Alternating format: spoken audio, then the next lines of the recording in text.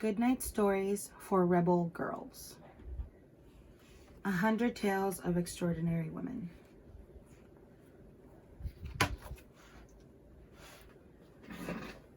Malala Yousafzai, activist. Once there was a girl who loved school. Her name was Malala. Malala lived in a peaceful valley in Pakistan. One day, a group of armed men called the Taliban took control of the valley. They frightened people with their guns. The Taliban forbade girls from going to school. Many people disagreed, but they thought it would be safer to keep their girls at home. Malala thought this was unfair and wrote about it online. She loved school very much, so one day she said on TV, "Education is power for women. The Taliban are closing girls' schools because they don't want women to be powerful." A few days later, Malala got onto her school bus as usual. Suddenly, 2 Taliban men stopped the bus and shouted, "Which one of you is Malala?" When her friends looked at her, the men fired their guns, hitting her in the head. Malala was rushed to the hospital and she did not die. Thousands of children sent her get well cards and she recovered faster than anyone could have imagined. "They thought bullets would silence us, but they failed," she said. "Let us pick up our books and our pens. They are our most powerful weapons.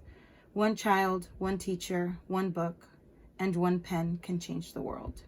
Malala is the youngest person ever to receive the Nobel Peace Prize. Born July 12, 1997, Pakistan. When the whole world is silent, even one voice becomes powerful. Malala Yousafzai.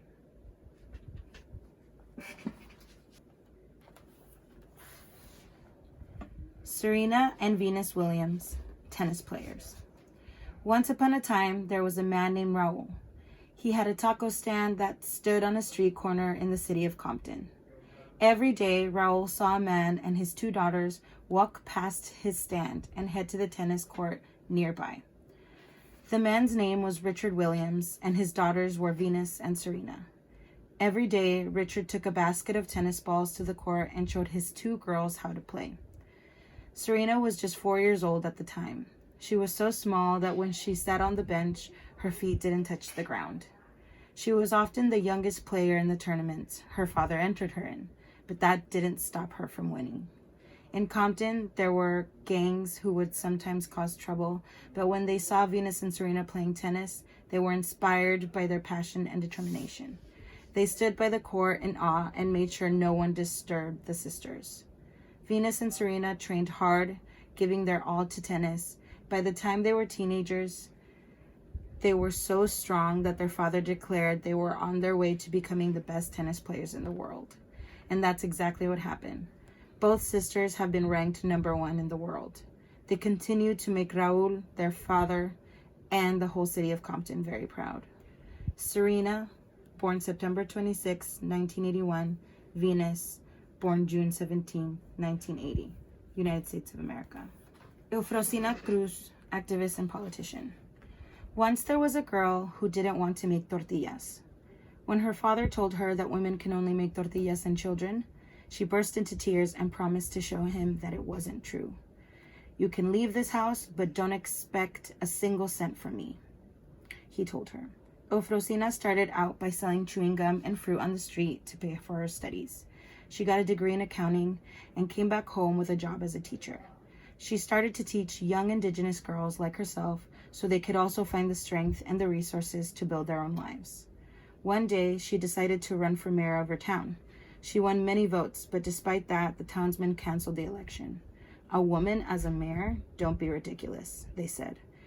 Furious, Rosina started to work even harder. She founded an organization called Kiego to help Indigenous women fight for their rights. Their symbol was a white lily. "Wherever I go, I take this flower to remind people that Indigenous women are exactly like that. Natural, beautiful, and resilient," Rosina said. A few years later, Rosina became the first Indigenous woman to be elected president of the state Congress. When the First Lady of Mexico came to visit, Rosina walked arm in arm with her in front of the local population. She showed her father and the whole world that there is nothing that the strong Indigenous women of Mexico cannot do. born January 1st, 1979, Mexico.